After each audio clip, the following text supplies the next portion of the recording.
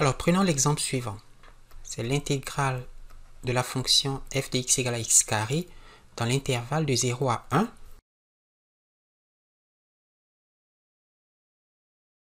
On a l'intervalle AB où A vaut 0 et B vaut 1. Et le pas h qui est B moins A sur n vaut 1 moins 0 divisé par n. C'est-à-dire 1 sur n. Quant au point d'abscisse xk, on l'a dit, c'est A plus k fois h, et c'est-à-dire A plus k fois B moins A sur n, mais ici 1 sur n. Or, A vaut 0, donc on a 0 plus k sur n qui vaut k sur n. Donc si on partitionne l'intervalle AB en n sous-intervalles de même longueur égale à 1 sur n, on aura x0 égale à 0, ou encore 0 sur n, n'est-ce pas? x1, c'est 1 sur n, puisque k vaut 1. x2, c'est 2 sur n. Quand k vaut 2, x3, c'est 3 sur n. Quand k vaut n-1, on a n-1 sur n. Et quand k vaut n, on a n sur n qui vaut 1. Ce sont les points de colocation ou les nœuds de l'intervalle d'intégration. Alors faisons une approximation de cette intégrale avec n égale à 5. Donc avec une subdivision en 5 parties. Si on prend la somme de Riemann à gauche,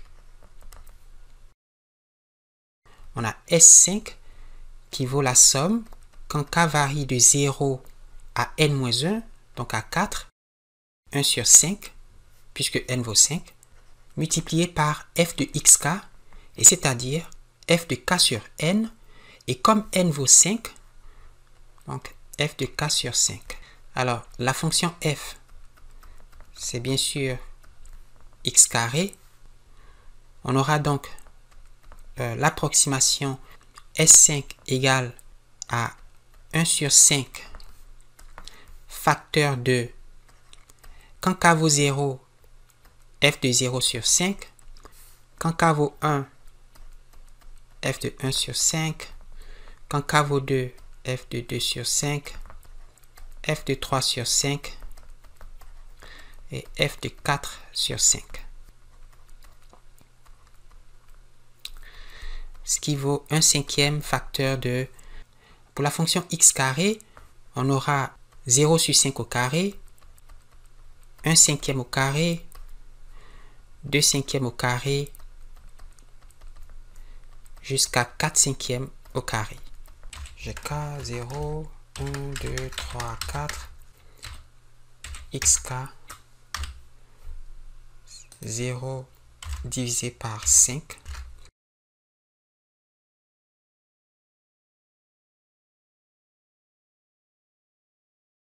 F de xk, c'est xk élevé au carré. Si on fait la somme de ces valeurs, on a 1.2 et qu'il faut multiplier par 1/5. C'est le pas h qui vaut 1/5 multiplié par la somme des f de xk quand k varie de 0 à n-1. Cette approximation vaut 0,24. Et c'est une approximation de l'intégrale de x carré dans l'intervalle de 0 à 1. Alors, cette approximation est bien sûr grossière, puisqu'on n'a pris que 5 sous-intervalles. 5, 6, 7, 8, 9, 0 divisé par 20, k divisé par n, f de xk égale à xk au carré,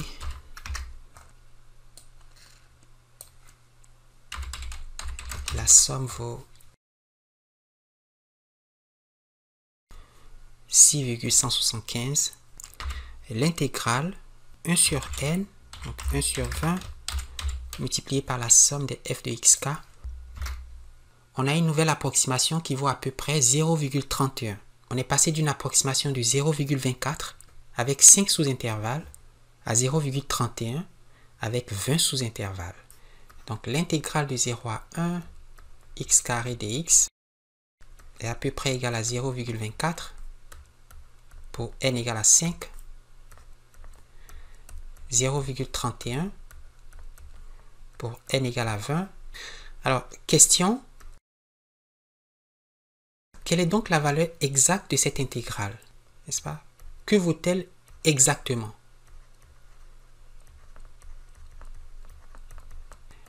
Eh bien, nous savons que c'est la limite lorsque n tend vers l'infini. Donc, quand on raffine la partition de l'intervalle de 0 à 1, de la somme quand k varie de 0 à n-1, de b moins a sur n, fois f de xk qui vaut a plus k fois h, donc fois b moins a sur n. Et c'est-à-dire, pour ce cas précis, la limite quand n tend vers l'infini de la somme quand k varie de 0 à n-1 de 1 sur n fois f de k sur n, n'est-ce pas? Puisque a vaut 0 et que b vaut 1.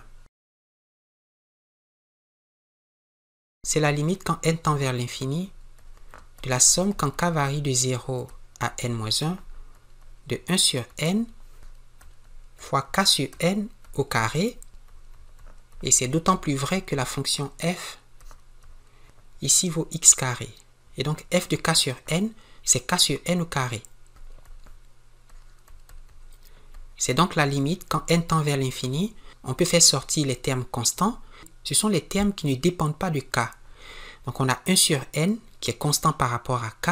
On a aussi 1 sur n carré qui est constant par rapport à k. N'est-ce pas? Je vais donc écrire 1 sur n fois 1 sur n carré fois la somme quand k varie de 0 à n-1 de k au carré. Donc j'ai écrit que k sur n au carré, c'est k au carré sur n au carré. Encore k au carré fois 1 sur n au carré. Et j'ai fait sortir la constante 1 sur n au carré. On a donc l'intégrale de 0 à 1 de x carré dx qui vaut la limite quand n tend vers l'infini de 1 sur n au cube fois la somme quand k varie de 0 à n-1 de k au carré. C'est aussi la limite de 1 sur n au cube fois 0 au carré plus 1 au carré plus 2 au carré plus 3 au carré jusqu'à n-1 au carré. Alors, quelques rappels par rapport à certaines sommes remarquables. 1 exposant 0 plus 2 exposant 0 plus 3 exposant 0 plus point jusqu'à n exposant 0. Vous savez que tout nombre à la puissance 0, c'est 1. C'est donc 1 plus 1 plus 1 plus 1 plus 1 plus 1 n fois. Ceci est égal à n. Par contre, 1 exposant 1 plus 2 exposant 1 plus 3 exposant 1 plus jusqu'à n exposant 1, c'est 1 plus 2 plus 3 plus 4 plus point plus n. Et cette somme est remarquable à cause qu'il s'agit d'une somme en progression arithmétique. On ajoute chaque fois une unité pour passer au terme suivant. C'est ce qu'on appelle une progression arithmétique et on peut montrer que cette somme vaut n fois n plus 1 divisé par 2. Et si maintenant on prend 1 au carré, plus 2 au carré, plus 3 au carré, plus point jusqu'à n au carré, eh bien on peut montrer que ceci vaut n fois n plus 1 fois 2n plus 1, le tout divisé par 6. Et que 1 au cube, plus 2 au cube, plus 3 au cube, plus n au cube, eh bien c'est précisément cette somme élevée au carré. N'est-ce pas? C'est donc n facteur de n plus 1 sur 2 au carré. On peut donc simplifier cette quantité comme la somme, quand k varie de 1 à n, de k au carré, et moins le dernier terme, n au carré. N'est-ce pas? C'est la somme des k carrés pour k égale à 1 à n, moins n au carré. Parce que 0 au carré, c'est 0. On a donc l'intégrale de 0 à 1 de x carré dx égale à la limite quand n tend vers l'infini de 1 sur n au cube fois n facteur de n plus 1 fois 2n plus 1 sur 6 moins n au carré. Alors, ceci vaut la limite quand n tend vers l'infini de n facteur de n plus 1 fois 2n plus 1 sur 6 n au cube moins n au carré sur n au cube. Alors, la limite quand n tend vers l'infini. Vu que le numérateur de la première fraction est un polynôme, à l'infini, il suffit de ne considérer que le monôme de plus haut degré. N'est-ce pas? C'est le terme dominant à l'infini. Or, ce terme vaut 2n fois n, donc 2n au cube, divisé par 6n au cube, pour la première fraction, et pour la deuxième, on a n carré sur n au cube.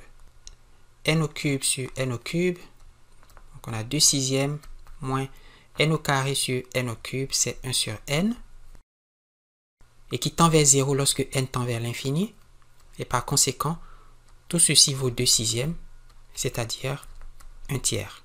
Nous avons donc montré que cette intégrale vaut exactement 1 tiers, soit à peu près 0,33. Vous voyez qu'on avait une approximation de 0,24 pour n égale à 5, 0,31 pour n égale à 20, et à la limite, 1 tiers. 0,33333.